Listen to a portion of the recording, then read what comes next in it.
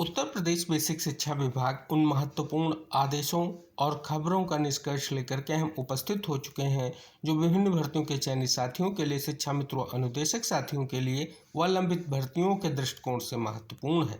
साथ ही शिक्षा जगत की और भर्ती विशेष की महत्वपूर्ण खबरों का विस्तृत निष्कर्ष भी साझा करेंगे। निवेदन करेंगे वीडियो को आप अंत तक जरूर देखें। आप सभी के समक्ष शिक्षक समायोजन प्रक्रिया से रिलेटेड जो पिछली सुनवाई हुई थी वो आदेश आप सभी के समक्ष है।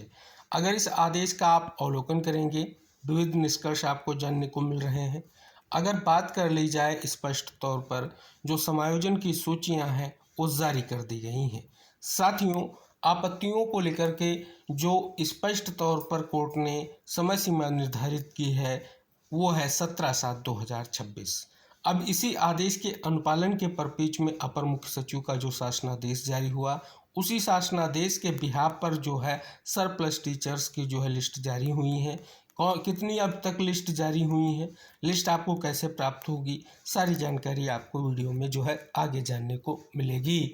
साथियों, ये वो शासनादेश है जैसा कि 6/7/2026 के आदेश का उल्लेख हमने अभी किया है। उसी आदेश के अनुपालन के परिप्रेक्ष्य में आप यहाँ पर अवलोकन करेंगे 6 प्रारूपों के अंतर्गत जो है सूचना उपलब्ध कराए जाने का निर्देश जारी किया गया था। जैसा कि अवलोकन करेंगे, पहली जो सूची थी उसका आप अवलोकन करेंगे, दूसरी सूची में क्या सूचना मांगी गई थी उसका आप अवलोकन करेंगे, तीसरी सूची, इसके बाद आप देखेंगे चौथी, पाँचवीं, छठी, सातवीं व आठवीं सूची। जैसा कि आप सभी यहाँ पर अवलोकन करेंगे, ये शासनादेश था। तो साथियों, कल खबर ये भी आई कि जो सरप्लस शिक्षकों की सूचियां हैं वो जारी हो गई। आप सभी के मन में जिज्ञासा होगी कि जब 8 प्रारूपों के अंतर्गत सूचना मांगी गई थी तो कितनी सूचियां अब तक जारी हुई हैं।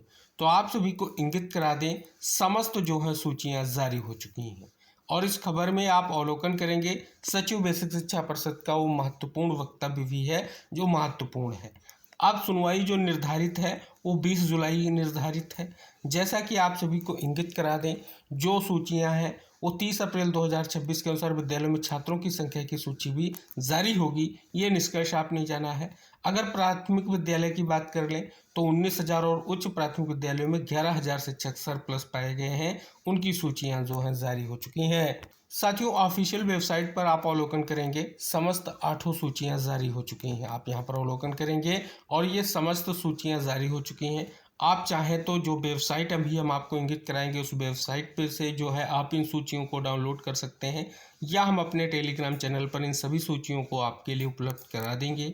अगर आप वहां जा करके आप वहां भी चेक कर सकते हैं। आपत्तियों को लेकर के डेट की समय सीमा हमने आपको इंगित करा दी है जो कोर्ट के आदेश के बिहाफ पर स्पष्ट हो रही है। तो जैसा कि यहाँ पर ऑफिशियल वेबसाइट दी गई है जो आप यहाँ पर अवलोकन करेंगे, सूची जारी हुई है इसी जो है ऑफिशियल वेबसाइट पर। आप ऑफिशियल वेबसाइट से भी सूचियाँ डाउनलोड कर सकते हैं और आप हमारे टेलीग्राम चैनल से जो है सूचियों को भी जो है डाउनलोड कर पाएंगे। वहाँ पर हम समस्त सूचियाँ आपको जो है उपलब्ध करा देंगे। साथियों, अगला एक और आदेश जारी हुआ है। आदेश आप यहाँ पर अवलोकन करेंगे, रिट ए नंबर 274/2026 है। अगर बात कर ली जाए 13 जुलाई को ये सुनवाई हुई है। जैसा कि आप सभी को इंगित करा दें, ये वो स्पेशल अपील 2026 है जो समायोजन प्रक्रिया से रिलेटेड है। उसके महत्वपूर्ण आदेश 22/5/2026 का उल्लेख किया गया है। निष्कर्ष आप यहाँ पर जान रहे हैं और 3 सप्ताह बाद इस याचिका पर सुनवाई होगी। हालांकि समायोजन प्रक्रिया से रिलेटेड जो याचिका है उस पर सुनवाई 20 तारीख निर्धारित है, आप सभी को ज्ञात होगा। साथियों, इससे पूर्व में हमने इंगित कराया था जो याचिका है प्रधानाध्यापकों के समायोजन से रिलेटेड वो महत्वपूर्ण याचिका है, जैसा कि हमने निष्कर्ष भी इंगित कराया था। तो स्पेशली आप सभी को इंगित करा दें, अब सबसे अहम याचिका जो आपकी है वो स्पेशल अपील 398/2026 ही है। 6 तारीख को सुनवाई हुई है। उसी आदेश के परिप्रेक्ष्य में समायोजन की सूचियां भी जारी की गई हैं और स्पष्ट तौर पर कहीं ना कहीं अगली सुनवाई 20 तारीख निर्धारित है।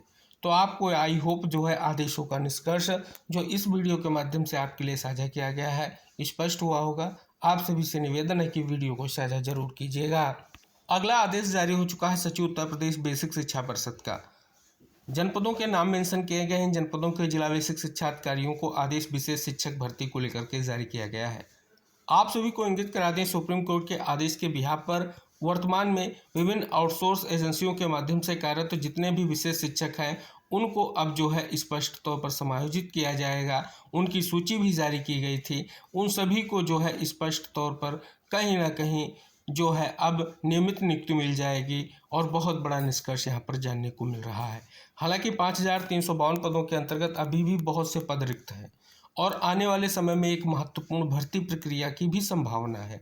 अगर आप शासनादेश का अवलोकन करेंगे तो शासनादेश में स्पष्ट लिखा गया है, अगर पद जो है शेष रहेंगे इस समायोजन प्रक्रिया के बाद तो उत्तर प्रदेश शिक्षा सेवा चयन आयोग के माध्यम से भर्ती होगी।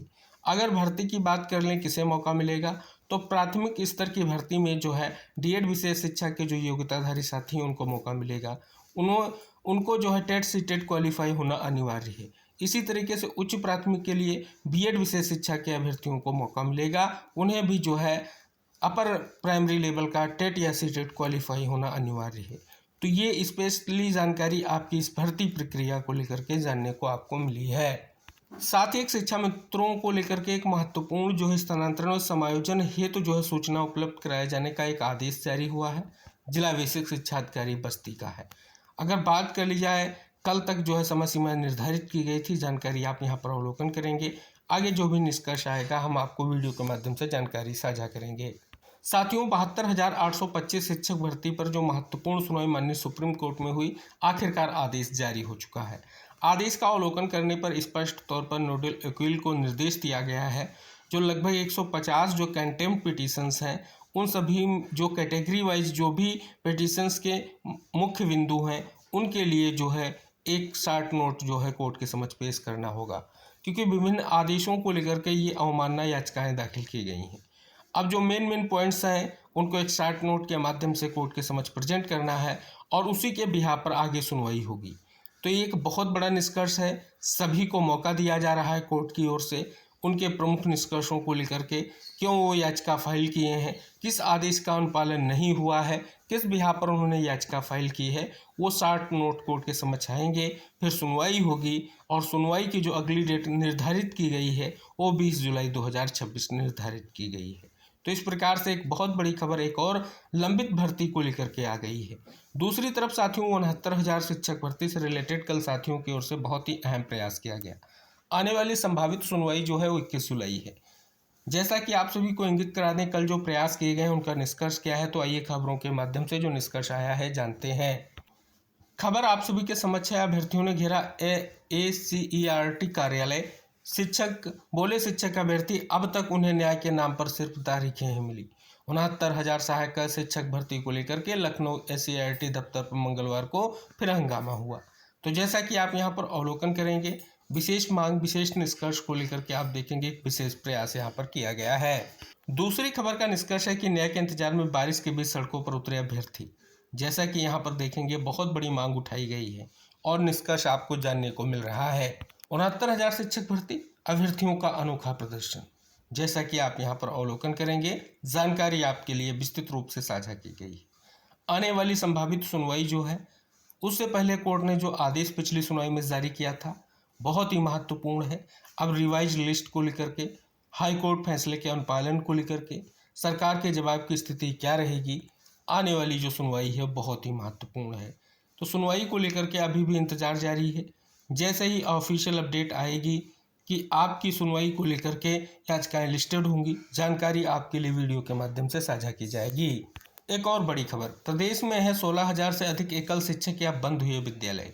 बेसिक शिक्षा परिषद ने वेबसाइट पर जारी की सूची। RT-PTR के अनुसार शिक्षकों की कमी का ब्यौरा भी दिया है कि प्रदेश में प्राथमिक और उच्च प्राथमिक स्तर के करीब 16,000 से ज़्यादा विद्यालय या तो एकल शिक्षक वाले हैं या फिर बंद हैं। बेसिक शिक्षा परिषद ने हाईकोर्ट के निर्देश पर हाल ही में एकल व बंद विद्यालयों की 1300 से अधिक पेज की जो है सूची जारी की है।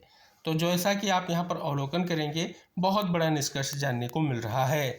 अगली खबर नई भर्ती विशेष को लेकर के आ गई है। 81,821 शिक्षक पद खाली, 32,700 से अधिक पदों पर भर्ती की तैयारी। जैसा कि बहुत बड़ी जानकारी साझा की गई है। प्राथमिक विद्यालयों के दृष्टिकोण से अगर बात कर लें तो 11,508 जो है नगर क्षेत्र के परिषद विद्यालयों में अध्यापक पदों का अधियाचन शिक्षा सेवा चयन आयोग को भेजा जा चुका है। वहीं अगर बात कर ली जाए TGT PGT भर्ती को लेकर के भी बहुत बड़ी जानकारी यहाँ पर साझा की गई है। अगर आप यहाँ पर अवलोकन करेंगे तो शिक्षक छात्र अनुपात की भी बात की गई है। दूसरी ओर अगर बात कर लें पीएबी रिपोर्ट के अनुसार प्रदेश में प्राथमिक स्तर पर कितने पद स्वीकृत हैं, कितने पद रिक्त हैं, वो जानकारी साझा की गई है। माध्यमिक स्तर पर स्वीकृत पद कितने हैं, पद कितने खाली हैं, उनकी जानकारी साझा की गई है। साथ ही शिक्षक पात्रता परीक्षा संपन्न हो चुकी है, आप सभी को इंगित करा दें, और कहीं ना कहीं इंतजार है जल्द से जल्द इन विभिन्न भर्तियों को लेकर के, और उस पर बीच में विशेष निष्कर्षों के साथ, विशेष रिपोर्ट्स के निष्कर्षों के साथ जानकारी साझा की गई है। आने वाले समय में क्या स्थितियां रहेंगी भर्ती विशेष को लेकर के इंतजार रहेगा। साथियों, यूपी ट्रिपल एससी की ओर से एक और बहुत बड़ा बदलाव देखने को मिल रहा है। अब ये बदलाव है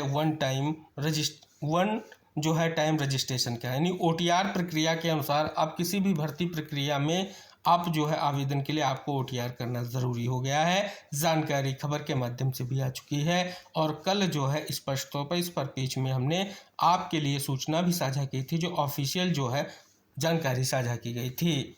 अगला आदेश जिला कार्यक्रम अधिकारी सुल्तानपुर का है, और आंगनबाड़ी भर्ती से रिलेटेड विज्ञप्ति जारी कर दी गई है। निष्कर्ष आप यहाँ पर जान रहे हैं। अगला आदेश जिला बेसिक शिक्षा अधिकारी देवरिया का है, और ये आदेश अवलोकन करेंगे कस्तूरबा गांधी बालिका विद्यालय भर्ती से रिलेटेड है। कट ऑफ जारी कर दी गई है। काउंसलिंग व साक्षात्कार की तिथि भी निर्धारित कर दी गई है। आप सभी से निवेदन है कि एक बार इस महत्वपूर्ण विज्ञप्ति का अवलोकन करें। अगर आपने कस्तूरबा गांधी बालिका विद्यालय भर्ती को लेकर के जनपद देवरिया के लिए आवेदन किया था। त्रिभाषा नीति पर केंद्र, सीबीआई और एनसीईआरटी से जवाब तलब किया गया है। सुप्रीम कोर्ट में सुनवाई हुई है। महत्वपूर्ण आदेश चीफ जस्टिस और जस्टिस जे वागची और वी मोहन की पीठ ने जारी किया है। बिना अंतिम उत्तर कुंजी परिणाम घोषित करने पर टीजीटी 2022 अंग्रेजी भर्ती को हाईकोर्ट में चुनौती दी गई है। निष्कर्ष आप यहां पर खबर के माध्यम से जान रहे हैं। इंगित कराया गया कि उत्तर प्रदेश शिक्षा सेवा चयन आयोग से जवाब मांगा गया है। निष्कर्ष आप यहां पर जान रहे हैं।